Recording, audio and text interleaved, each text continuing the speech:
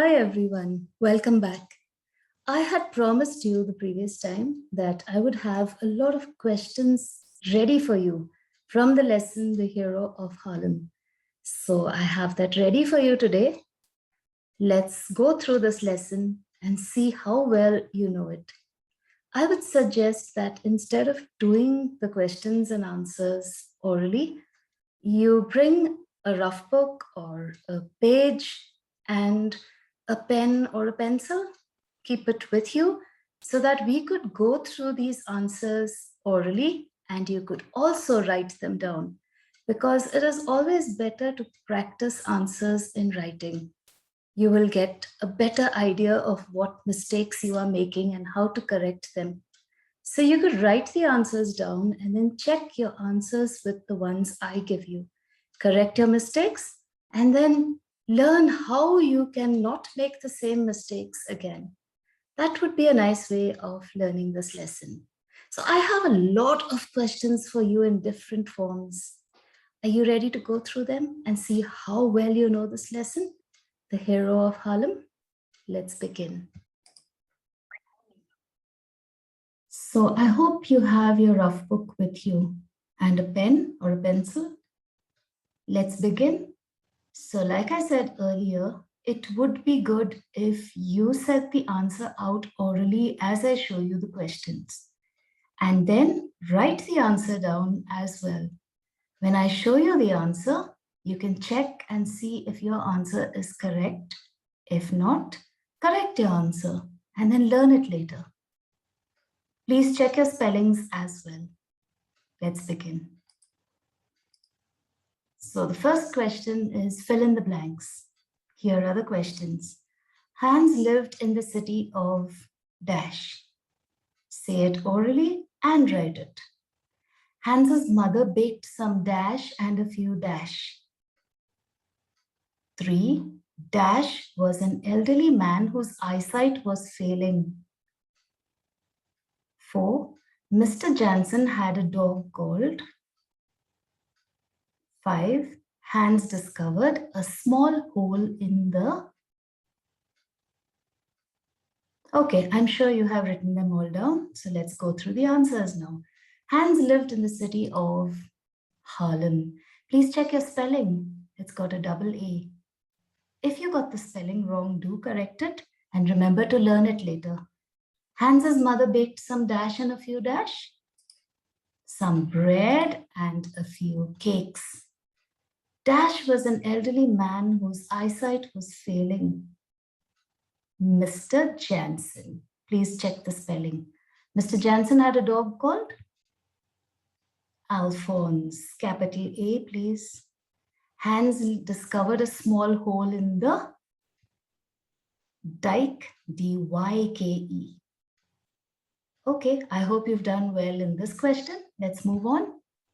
Cross out the wrong word in each sentence. So the two words that you have to pay careful attention to are in bold type. Look at those words carefully.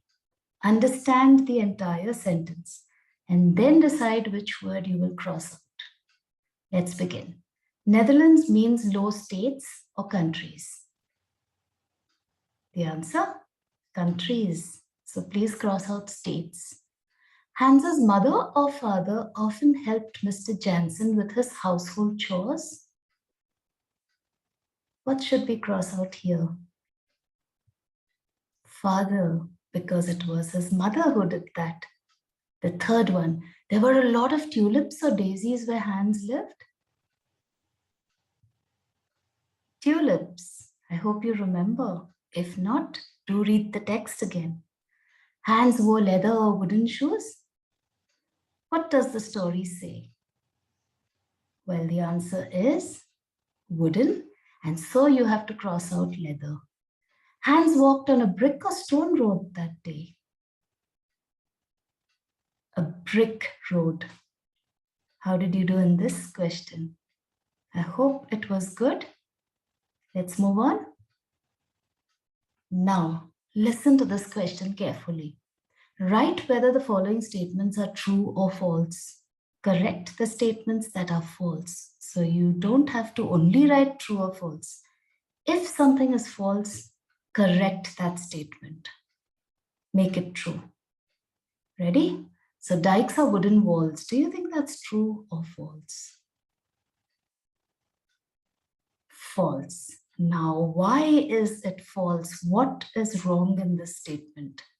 Correct it and rewrite the entire statement. Dikes are stone walls. That's the right answer. They are not wooden walls. They are stone walls. Okay, the second one. Mr. Jansen lived alone. Is that true or false? True. Hans enjoyed listening to the stories that Mr. Jansen told him. True or false? True. Hans reached home in time for dinner. Was he in time for dinner? No. False. So how will you correct the statement? How will you make it true? Hans did not reach home in time for dinner. He got delayed at Mr. Jansen's house. What about the last one? Hans saved the town by keeping his finger plugged in the hole in the dike until he got help. Is that true? I am absolutely certain that many of you who are going through this lesson have said true.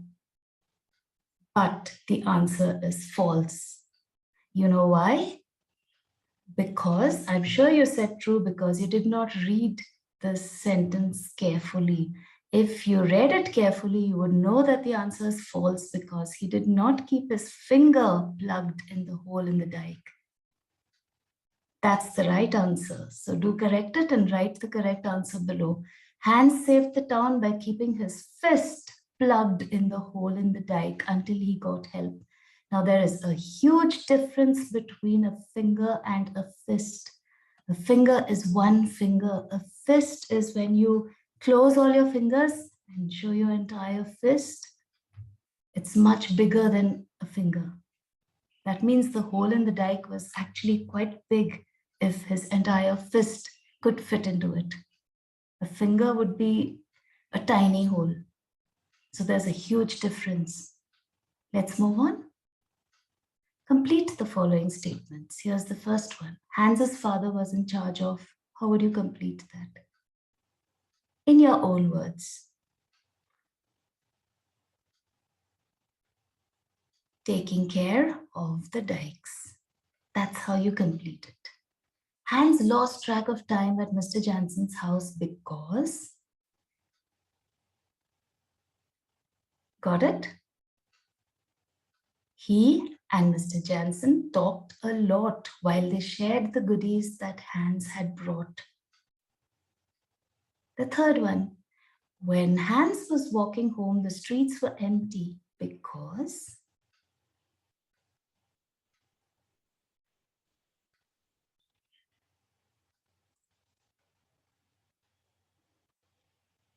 When Hans was walking home, the streets were empty because everyone had gone home to take shelter from the cold rain. When Hans passed the dikes on his way home, he was thinking of. What was he thinking of? A warm dinner and a cozy bed.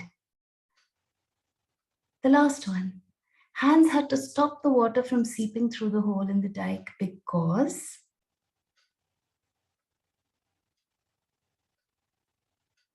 And here's the answer. Because he knew that the water would push through with greater force, make the hole bigger, and then rush in and flood the entire city. Okay, I hope you've done well so far. Let's move on to some questions. Not hard questions. I have 10 questions for you, but they're quite easy. Do try and answer them in your own words. Let's begin with the first one. Why was it important to have dikes in Haarlem?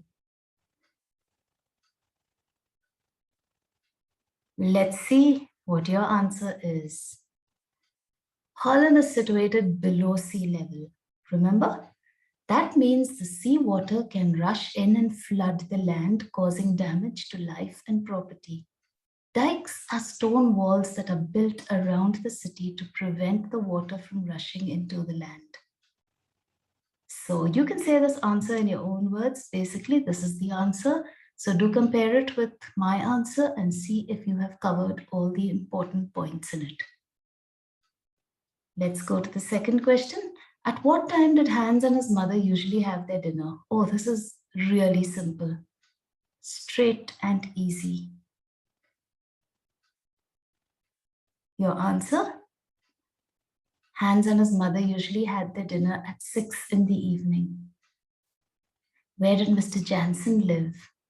Do you remember?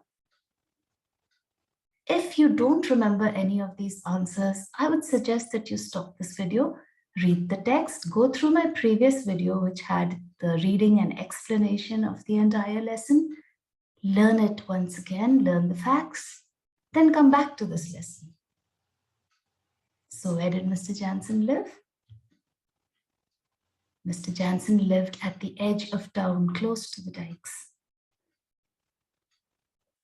The fourth one, what made Hans worried as he walked past the dikes on his way to Mr. Jansen's house? He was worried. Why? Do you remember? Hans wondered who would take care of the dikes when his father was away. That thought worried him. Done? Let's move on to the fifth question. How did Hans try to keep the cold wind and the rain away from him as he walked to Mr. Jansen's house? It was cold. It was raining. What did he do to keep it away from him? Let's see if your answer compares with mine. Hans kept his head down, hunched his shoulders, and pulled his coat about him. So there were three things he did.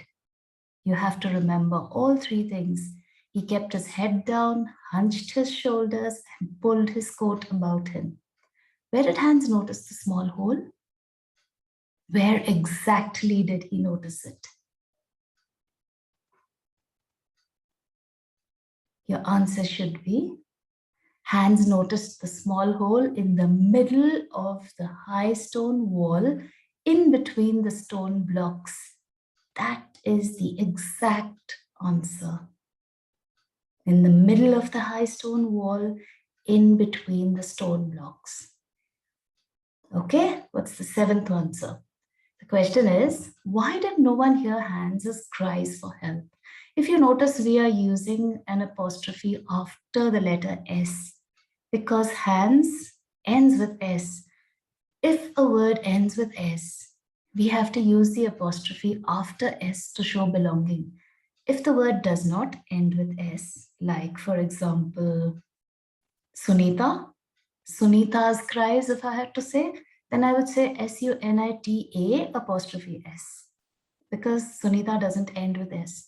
But if a name ends with S, like in this case, Hans, then we need to put the apostrophe after S. That's why it's there. So why did no one hear Hans's cries for help? Let's see if you got it right. No one heard Hans's cries for help because they had all gone home as it was raining and cold outside. No one would be out in the rain, especially when it was so cold. The eighth one, how did Mr. Jansen find Hans? Everyone had gone home. So how was it that Mr. Jansen saw Hans there? What was Mr. Jansen doing outside? Let's see if you got the answer right. Mr. Jansen had come out to walk his dog. That's how he found Hans. You know what dogs are like. They don't care if it's raining or snowing. When it's time for their walk, you just have to take them out. Good for Hans. Let's do the last two questions now, 9 and 10. So the ninth one is, what did Mr. Jansen do after he found Hans? What did he do?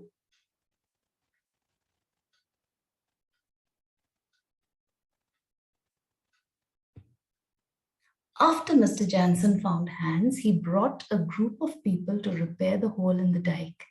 Then he took Hans home. So he did two things. First, he called people to repair the hole in the dike, and then he took Hans home. Don't forget that he did two things. And now we come to the last question for today. How did Hans become the hero of Haarlem? Why is the lesson called the hero of Haarlem? Why is he called a hero? What did he do? Was it really a heroic deed? Yes, it was. So what's your answer? Hans became the hero of Haarlem because he kept his fist in the hole in the dike until he got help. That prevented the city from getting flooded. So that was a great thing he did, wasn't it? So how did you do in this test? In all the questions? I hope you did well. So what I suggest is go through all your answers and see where you have made the most mistakes. Check your spellings. If it is spellings that are getting you down, then I suggest you make a list of all the words in the lesson that are new to you and you may not know how to spell, and then learn those spellings so that you don't lose marks when you make any spelling mistakes. Secondly, I suggest that you practice writing, because if you write answers, you do make mistakes. We all make mistakes, but that is the best way to learn. You write, you make mistakes, you correct your mistakes, you learn from your mistakes. Then you don't make the same mistakes again. It's as simple as that. Okay, I'll end now. Have a nice day. We'll meet again soon. Until then, do take care of yourselves and cheerio.